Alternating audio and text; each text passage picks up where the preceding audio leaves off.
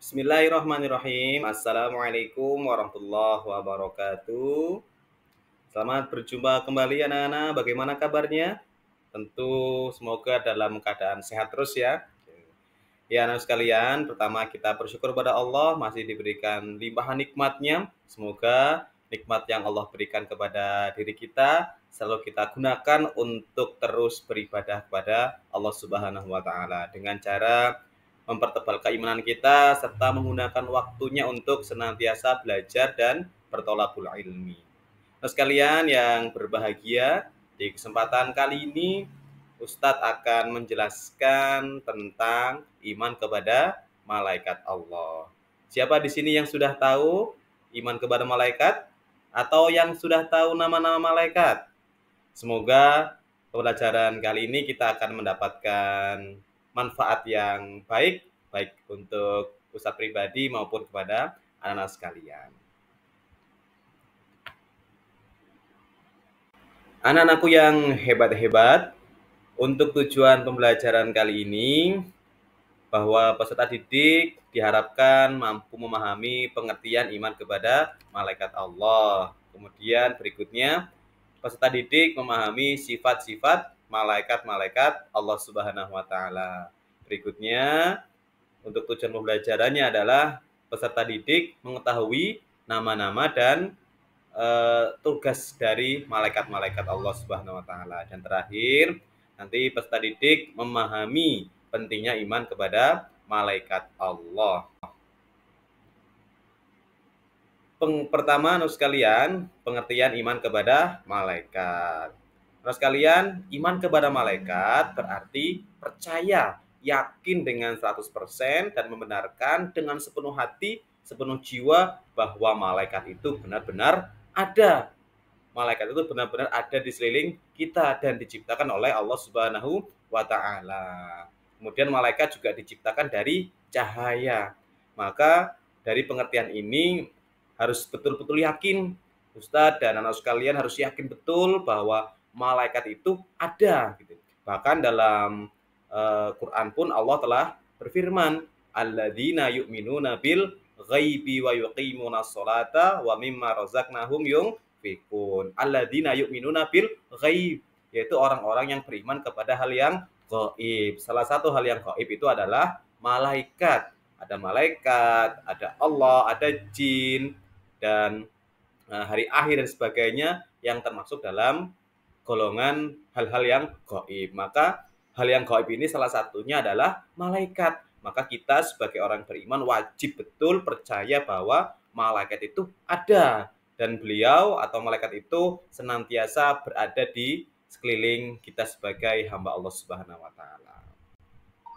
Berikutnya anak sekalian, kita akan belajar tentang nama malaikat dan tugasnya. Sebagaimana kita ketahui anak sekalian bahwa malaikat itu jumlahnya banyak sekali dan setiap malaikat itu punya tugasnya masing-masing. Dan setiap malaikat itu pasti tidak pernah ingkar atau tidak pernah melanggar dari tugas-tugas yang telah diberikan oleh Allah kepada para malaikatnya. Siapa saja para malaikat itu? Pertama anakku sekalian, ada malaikat Jibril. Malaikat Jibril.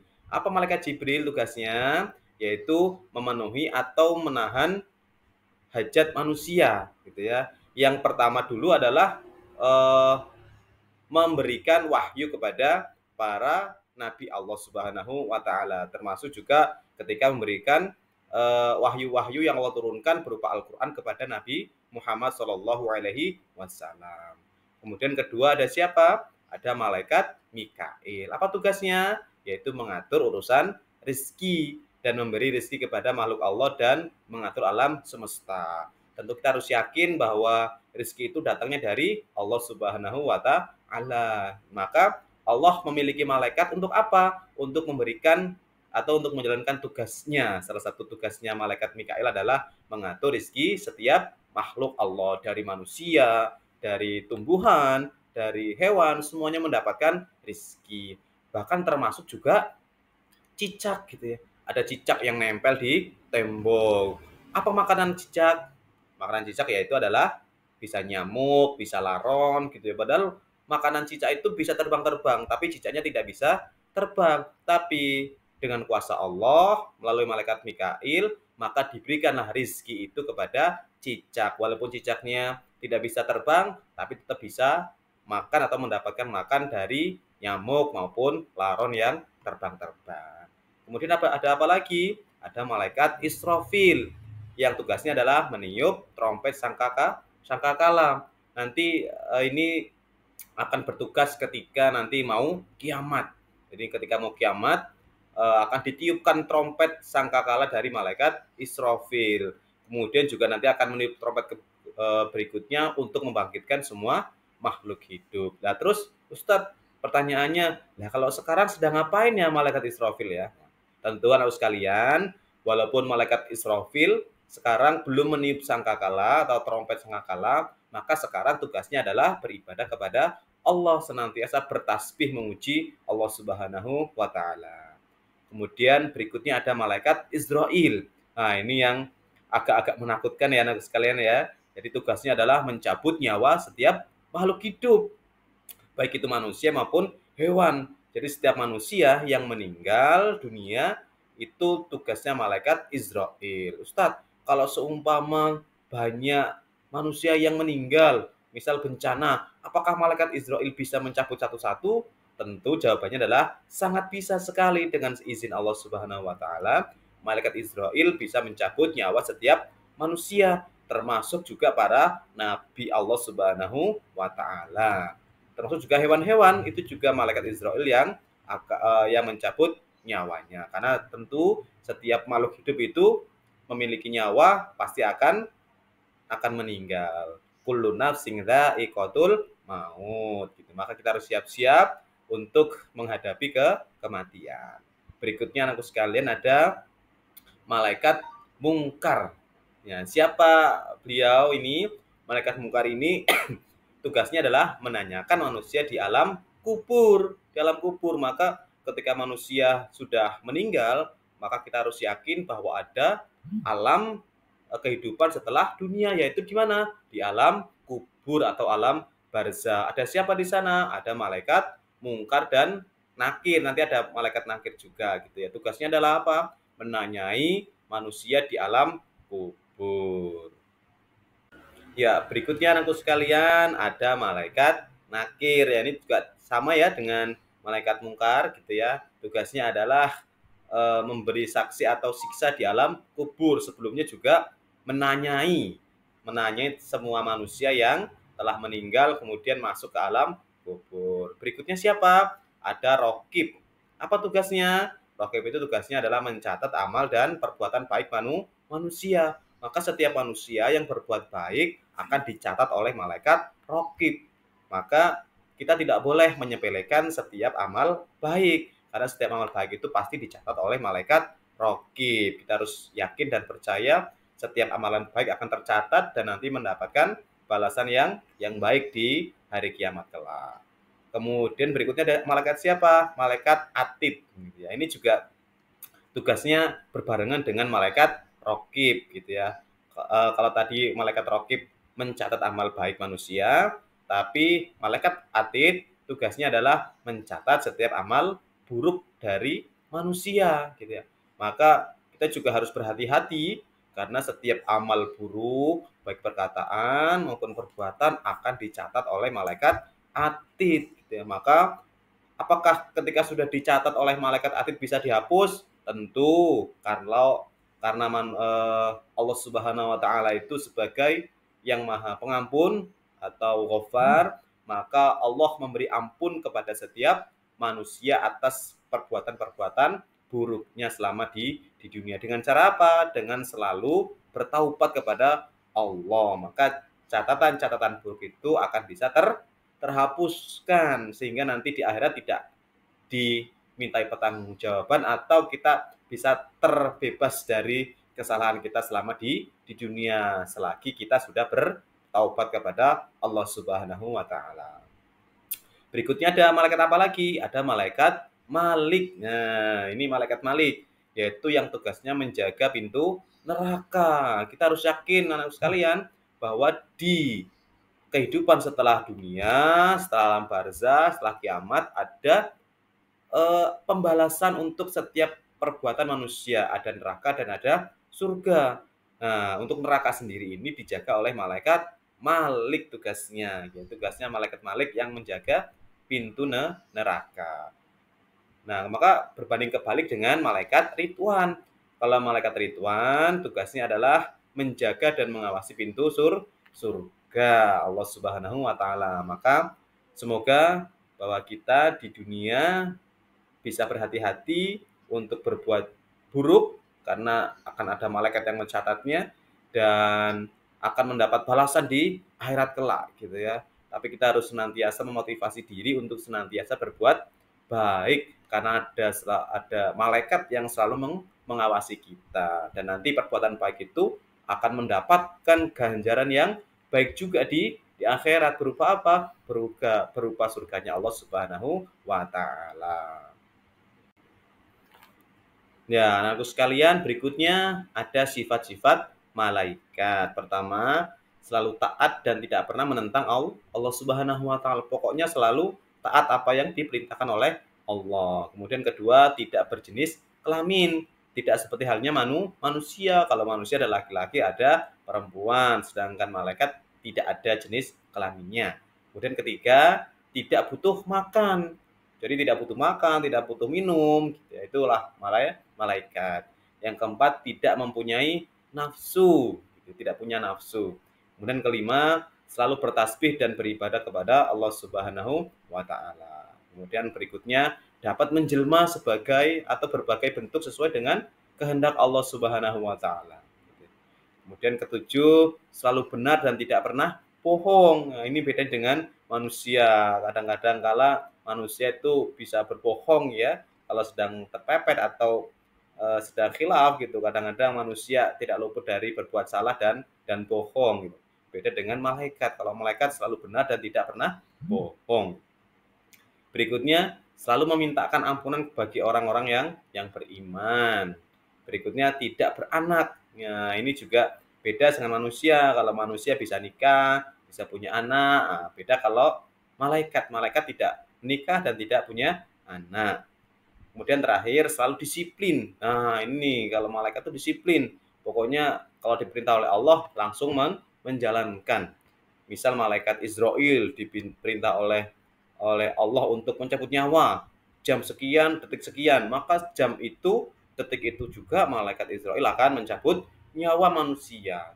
Ya, tidak terlambat gitu. Kalau beda dengan manusia ya. Kalau manusia kadang-kadang ada yang terlambat. Nah, ini bedanya dengan manusia.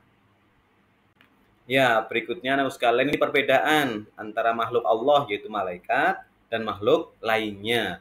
Makhluk lainnya siapa? Yang dimaksud adalah manusia dan jin gitu ya. Pertama, asal kejadian kalau malaikat diciptakan dari cahaya atau nur. Kemudian sifat-sifatnya seperti yang disampaikan tadi, selalu patuh kepada Allah, tidak memiliki hawa nafsu, selalu bertasbih dan tidak sombong. Kemudian tujuan penciptaan malaikat yaitu diciptakan untuk taat kepada Allah dan selalu melaksanakan tugas sesuai dengan bidangnya masing-masing. Nah, berbeda dengan manusia. Kalau tadi malaikat diciptakan dari cahaya, kalau manusia diciptakan dari sari mati tanah. Kemudian sifat-sifatnya, kalau manusia memiliki hawa nafsu dan akal, kemudian mampu mengendalikan dirinya, kemudian bagi yang tidak mampu menjaga imannya, maka bisa terjerumus ke dalam jurang kehancuran. Sedangkan tujuan penciptaan dari manusia itu adalah diciptakan untuk bertasbih dan beribadah kepada Allah Subhanahu wa taala gitu ya. Sebagaimana Allah juga berfirman dalam Al-Qur'an itu, wa ma khalaqtul jinna wal insa illa liya'budun. Tidaklah diciptakan jin dan manusia kecuali untuk beribadah kepada Allah Subhanahu wa taala. Ya, kalau ini ada jin, iblis dan setan ya. Kalau tadi ada manusia dan malaikat, malaikat diciptakan dari nur, dari cahaya, manusia diciptakan dari saripati tanah. Nah, sedangkan jin, iblis dan setan diciptakan dari api. Ya, dari api. Kemudian sifat-sifatnya kalau untuk jin maka itu hampir sama dengan manusia gitu ya. Yang ada yang mukmin, ada juga yang kafir. Tugasnya juga sama, tujuannya juga beribadah kepada Allah. Dalam Quran tadi disebutkan, tidaklah diciptakan jin dan manusia kecuali untuk beribadah kepada Allah.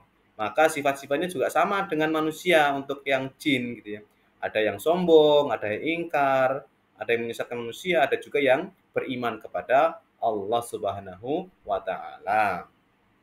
Kemudian tujuannya juga sama, untuk jin juga untuk beribadah kepada Allah. Beda dengan iblis. Kalau iblis dulu diciptakan sebenarnya untuk beribadah kepada Allah, tapi kemudian karena sombong, tidak mau sujud kepada Nabi Adam, maka kemudian Allah kutuk menjadi makhluk yang terkutuk gitu ya. Kemudian iblis berjanji akan menyesatkan manusia dari Nabi Adam sampai nanti hari kiamat ya. Itulah iblis ya, iblis.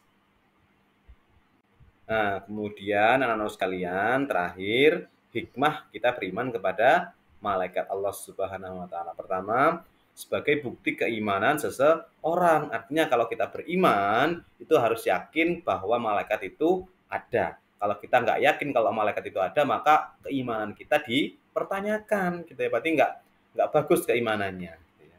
Kemudian kedua, menyadarkan kita akan kebersihan, keagungan, dan kekuasaan Allah Subhanahu wa taala. Artinya para malaikat itu adalah bala tentaranya Allah Subhanahu wa taala yang selalu patuh, taat, disiplin atas perintah dari Allah Subhanahu wa taala.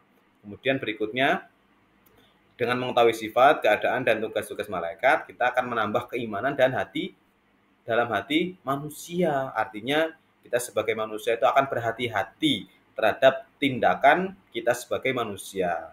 Karena akan ada selalu malaikat yang mencatat setiap perbuatan manusia.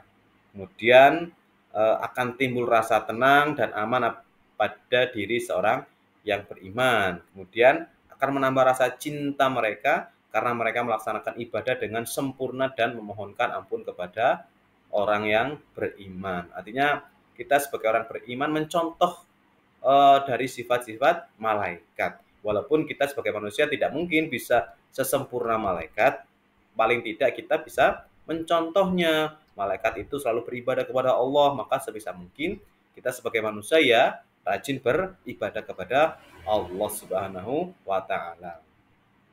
Kemudian keenam, membangkitkan rasa benci terhadap perbuatan-perbuatan maksiat. Artinya kita sebagai orang beriman harus menjauhi dan membenci perbuatan yang buruk, yang bermaksiat kepada Allah, kita harus tinggalkan. Dan terakhir, menumbuhkan rasa syukur kepada Allah Subhanahu wa taala. Artinya kita sebagai orang beriman harus bersyukur kepada Allah Subhanahu wa taala, memperbanyak syukur gitu ya. Karena setiap syukur itu akan mendatangkan pahala dan ada malaikat yang tentu akan mencatatnya.